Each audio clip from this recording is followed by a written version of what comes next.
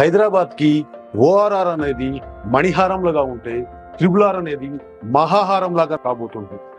ఇలాంటి ట్రిబుల్ ఆర్కి అతి దగ్గరలో వచ్చే ప్రాజెక్ట్స్ లో మాత్రం ఖచ్చితంగా ప్లాట్స్ కొనడం మిస్ కావద్దు. ఎందుకంటే ఇక్కడ స్పాన్ ఆఫ్ 3 to 4 years లో మనం పెట్టిన పెట్టుబడి డబుల్ కాబోతుంది.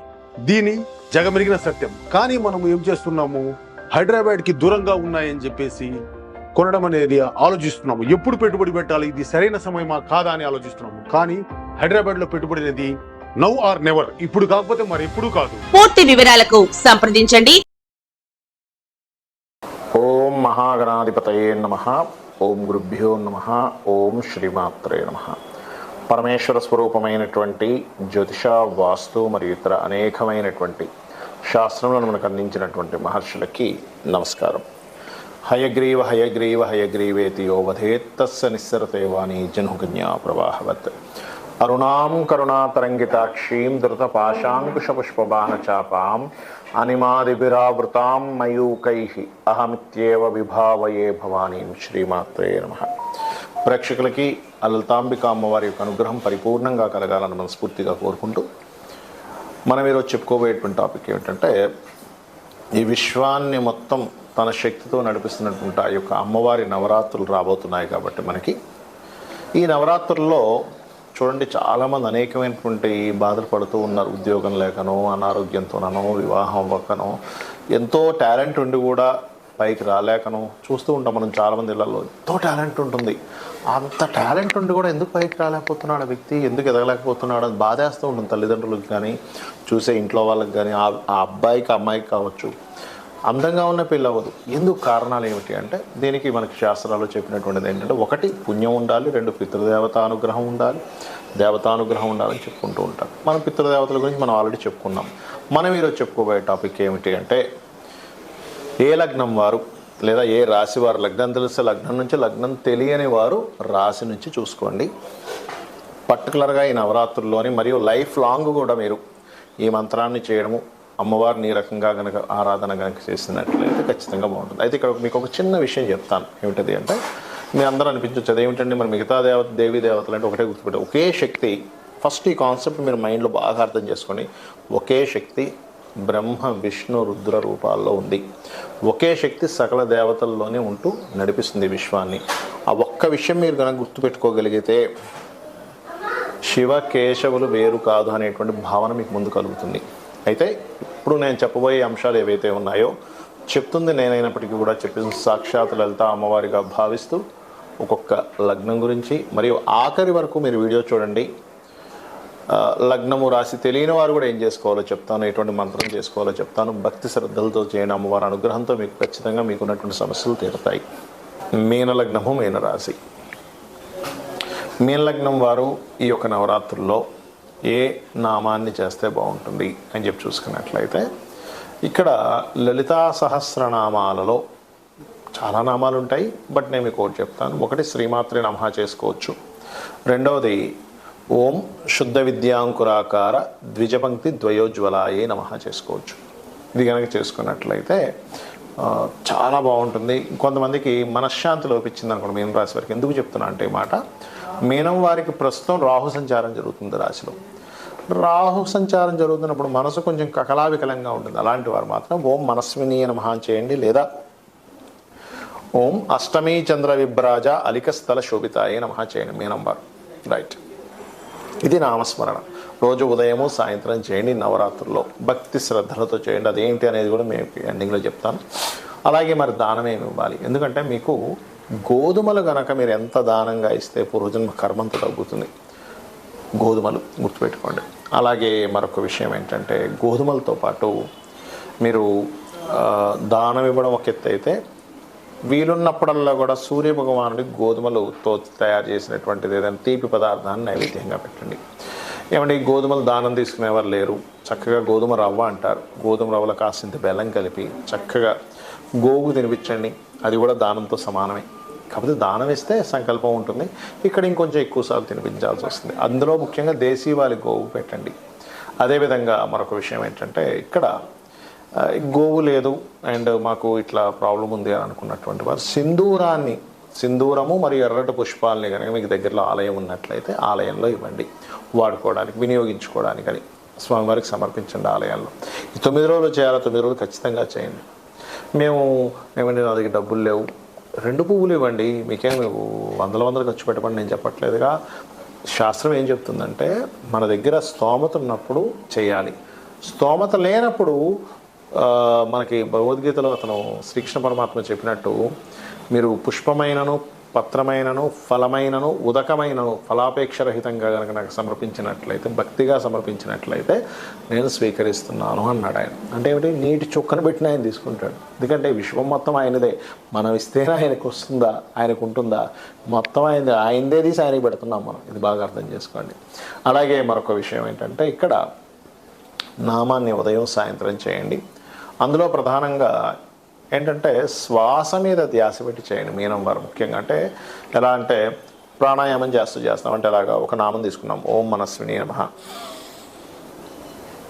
ఇప్పుడు 2 నోస్ట్రల్స్ మూసినప్పుడు 2 సార్లు అనండి ఓం మనస్విని నమః, ఓం మనస్విని నమః మనసులో అనుకోండి. మళ్ళీ వదిలేటప్పుడు 3 సార్లు అనండి. అంటే తీసుకునేటప్పుడు ఒకసారి అనే టైం కల్లా తీసేసుకోవాలి, 2 సార్లు బ్లాక్ చేయాలి, 3 సార్లు వదులుతూ ఉండాలి. అంటే ఏమిటి? వదిలే సమయం ఎక్కువగా ఉండాలి, తీసుకునే సమయం 1 టైం, బ్లాక్ చేసే సమయం 2 టైమ్స్, వదిలే సమయం 3 టైమ్స్, ఇలా చేయండి. అలాగే మరొక విషయం ఏంటంటే మరీ ఎక్కువ తీవ్రంగా భయాలు ఉన్నాయి అని అనుకునేటువంటి వారు దుర్గానామం కూడా చేసుకుంటే మీ పూర్వజన్మ కర్మ తొలగిపోవడము, అనవసరమైన భయాలు తొలగిపోవడం జరుగుతుంది. చాలామందికి ఏంటంటే లగ్నం కానీ, రాశి కానీ, నక్షత్రం కానీ ఏమీ తెలియదు. అలాంటి వాళ్ళు ఏం చేయాలి? బాగా అర్థం చేసుకోండి. ఫస్ట్ విధానం తెలుసుకోండి. అమావాస్య రోజు మధ్యాహ్నం పూట హవిస్సాన్నము అంటారు, లేదా నెయ్యి కలిపినటువంటి అన్నాన్ని భుజించమని చెప్పింది శాస్త్రం. రేపటి నుంచి నవరాత్రులు అనుకుంటే ముందు రోజు గుర్తుపెట్టుకోండి. అదేవిధంగా రాత్రి పూట పలహారం మాత్రమే తీసుకోవాలి, ఫుల్గా భోజనం చేయకూడదు. ఇది విధానం. నెక్స్ట్ డే నిద్ర లేచినప్పుడు ముందే అమావాస్య రోజు అన్ని సామాగ్రి తెచ్చుకోవాలి. ఏమేమైతే మనం పూజ చేయడానికి కావాలో అవన్నీ సామాగ్రి తెచ్చుకోవాలి. తర్వాత రోజు ఏంటంటే చక్కగా మీరు అంటే పువ్వులు ఇలాంటివి ఏ రోజుకి ఆ రోజు కొనుక్కోవచ్చు. చక్కగా మీరు అలంకరణ చేసుకొని మీ యొక్క పూజా మందిరంలో వేప మండలు, అదేవిధంగా అరటి ఆకులతో కూడా కొంతమంది అలంకరణ చేసుకుంటారు. బట్ ఇక్కడ ఏంటంటే మామిడి ఆకులు, వేప మండలతో అలంకరణ చేసుకోవచ్చు, పుష్పాలతో కూడా అలంకరణ చేసుకోవచ్చు. మీ యొక్క మందిరాన్ని చక్కగా పీట వేసి కలశం పెడతారు. ఆ కలశం ఒకటి గుర్తుపెట్టుకోండి, కలశము పెట్టే ఆనవాయితీ మీకుంది లేదు అని కాదు, మీరు పెట్టాలనుకుంటే పెట్టండి, అందులో ఎటువంటి డౌట్ లేదు. ఎందుకంటే కలశం పెడితే మరింత అద్భుతం. కాకపోతే కలశం పెట్టినప్పుడు మీకు ఎటువంటి ఆటంకాలు వచ్చినా ఎక్కడా కూడా దాన్ని తీయకూడదు, గుర్తుపెట్టుకోండి. కంటిన్యూ చేయాలి, దాన్ని పురోహితుని పిలిపించైనా కంటిన్యూ చేయాలి. ఆ రకంగా కలశం పెట్టుకోండి. అదేవిధంగా కలశాన్ని దానం చేయాలని చెప్తుంది శాస్త్రం. 9 రోజుల తర్వాత ఆ కలశం మనమే అట్టు పెట్టుకోకూడదు, గుర్తుపెట్టుకోండి. అలాగే అందులో వేసేటువంటి వాటర్ గంగా, యమున తీర్థ అయితే వేసుకోవచ్చు. అదేవిధంగా మన దగ్గర మామూలు నీళ్ళు ఉన్నాయి, గంగే యమునేచ అనుకుంటూ కూడా నీరు వేస్తే మంచిది. అందులోని మీరు కొంతమంది నవరత్నాలు వేస్తారు, కొంతమంది బంగారం ఉంగరాలు అవి వేసుకుంటారు, కాబట్టి అవి తీసేసేయవచ్చు, అవి ఇవ్వాల్సిన అవసరం ఏం లేదు.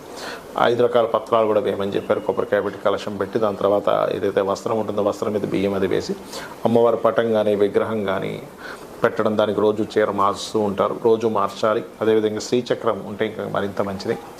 అలాగే మరొక విషయం ఏంటంటే ఇక్కడ గమనించండి, ఈ యొక్క నామాల్లో ముఖ్యంగా అంటే చూడండి, మనం ఇప్పటివరకు మీ లగ్నం ఏంటి, మీ రాశి ఏంటి, దాన్ని బట్టి నామం చేసుకోమని చెప్పాం. కానీ ఈ యొక్క అమ్మవారికి ఈ ఏవైతే మనం ఇప్పటివరకు అమర్చుకున్నామో అదేవిధంగా ధ్వజం కూడా పెట్టుకోమని చెప్పింది శాస్త్రం. పెట్టుకున్న తర్వాత మీరు మొత్తం లలిత సహస్రనామాలు చేసుకోవచ్చు. అదేవిధంగా మీరు లక్ష్మీ అష్టోత్తరం చేసుకోవచ్చు, దేవి కటకమాల ఉదయం ఉంటే చదవచ్చు, చండీ పారాయణం చేయొచ్చు, దుర్గా అష్టోత్తరం చదువుకోవచ్చు, ఏమైనా చేసుకోవచ్చు, గుర్తుపెట్టుకోండి. కాకపోతే భక్తి ప్రధానం ఇక్కడ. అంటే ఏమిటి? ఏదో చేయాలి, అబ్బా ఇంట్లో వాళ్ళు పోరుపడలేకపోతున్నానో, చేయకపోతే ఏదో నాకు ప్రమాదం జరుగుతుందేమో అని భయంతోనో చేయకండి, భక్తితో చేయండి. ఒక చిన్నపిల్లవాడు ఉన్నాడు, మీకు ఒక అబ్బాయి అమ్మాయి ఉంది, ప్రేమతో చేస్తాం అబ్బాయికి అమ్మాయికి. ఏంటి నా పిల్లవాడు, వీడికి పొద్దున్నే టిఫిన్ తినిపించాలి, స్నానం చేయించాలి, మంచి మంచి బట్టలు వేయాలి, కొత్త డ్రెస్ కనిపిస్తే మా పిల్లాడికి బాగుంటుంది. ఎట్లా చేస్తాం? అలా భగవంతుడికి చేయండి. అలా చేస్తూ మరొక విషయం ఏంటంటే ఇక్కడ పలానా ప్రాబ్లం బట్టి కూడా నామం చేసుకోవచ్చు. అంటే అలాగా రక్షణ కావాలనుకుంటున్నాం, శ్రీమాత్రే నమః. ఏమి దిక్కుతోచట్లేదు, శ్రీమాత్రే నమః చేసుకోవచ్చు. లేదు ఏదో ఫియర్ ఉంది, నాకు ధైర్యం పెరగాలి, ఓం కనకాంగద కేయూరు కమనీయ భుజాన్వితాయ నమః. పిల్లలు చదవట్లేదు, ఒక మంత్రం చేసుకోవాలనుకుంటున్నారు మేము, ఓం శుద్ధ విద్యాంకురాకార ద్విచపంక్తి ద్వయోజ్వలాయ నమః. ఉద్యోగం రావాలి, ఓం శ్రీమాత శ్రీ మహారాజ్ఞి శ్రీమత్ సింహాసనేశ్వరి నమః చేసుకోవచ్చు. లేదా ఓం మాణిక్య మకుటాకార జానుద్వై విరాజితాయ నమః చేయవచ్చు. కాకపోతే గంట సేపు చేయండి అన్నమాట విని. అదేవిధంగా మనసు బాలేదు, ఓం మనస్విని నమః. లేదు పనులు సగంలో ఉండి ఆగిపోతున్నాయి, ఓం అష్టమీ చంద్ర విభ్రాజ అలికస్థల శోభితాయే నమః. లేదంటే హెల్త్ ఇష్యూస్ బాగా ఉన్నాయి, అలాంటి వారు చేయవలసింది ఏంటంటే ఓం సర్వవ్యాధి ప్రసవని సర్వమృత్యు నివారిణి అగ్రగణ్య అచింత్య రూపా కలికల్మషనాశినే నమః. అదేవిధంగా వివాహం అవ్వట్లేదు, ఓం కామేశబద్ధ మాంగళ్య సూత్రశోభిత కందరాయే నమః. వివాహం అయిందండి కానీ మా ఇద్దరి మధ్య సఖ్యత లేదు, ఓం శివకామేశ్వరంకస్తా శివా స్వాధీన వల్లభాయే నమః చేసుకోండి.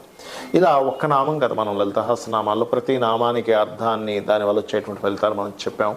కాబట్టి ఇలా చేసుకోండి. అప్పులు ఎక్కువగా ఉన్నాయనుకుంటే ఓం అపర్ణాయే నమః అని నామం చేసుకోండి. సంపదలు కావాలి అనుకుంటే ఓం సంపత్కరీ సమారూఢ సింధుర వ్రజ సేవితాయే నమః అని నామస్మరణ చేయండి. భక్తిగా ఈ 9 రోజులు మీరు చేసుకోండి. ఇంకొకటి ఏంటంటే దేశీవాలి గోవు పెట్టండి, జెర్సీ ఆవుకు ఒక జంతు ప్రేమికుడిగా పెట్టుకోండి, తప్పులేదు. కానీ మీకు దోషం పోవాలంటే దేశీవాలి గోవుకు తినిపించండి. కొంచెమే పెట్టండి, ఎక్కువ పెట్టాల్సిన అవసరం ఏం లేదు. ఎక్కువ తినేసింది ఆల్రెడీ తినలేకపోతుందా అట్లా ఇంకొకకండి, అక్కడ పెట్టేసి వెళ్తే తర్వాత అయినా తింటుంది అది. అలాగే మరొక విషయం ఏంటంటే ఇల్లు శుభ్రంగా ఉండేలా చూసుకోండి. దీక్ష తీసుకుంటున్నాను 9 రోజులు అనుకునేవారు చాప వేసుకొని కిందన పడుకోండి. 9 రోజులు గోర్లు కత్తిరించుకోవడము ఇట్లాంటివి చేయకండి. దీక్ష తీసుకున్నవారు వేరే వారు కాదు, ఇవి చేయండి. 9 రోజులు ఆరాధించండి.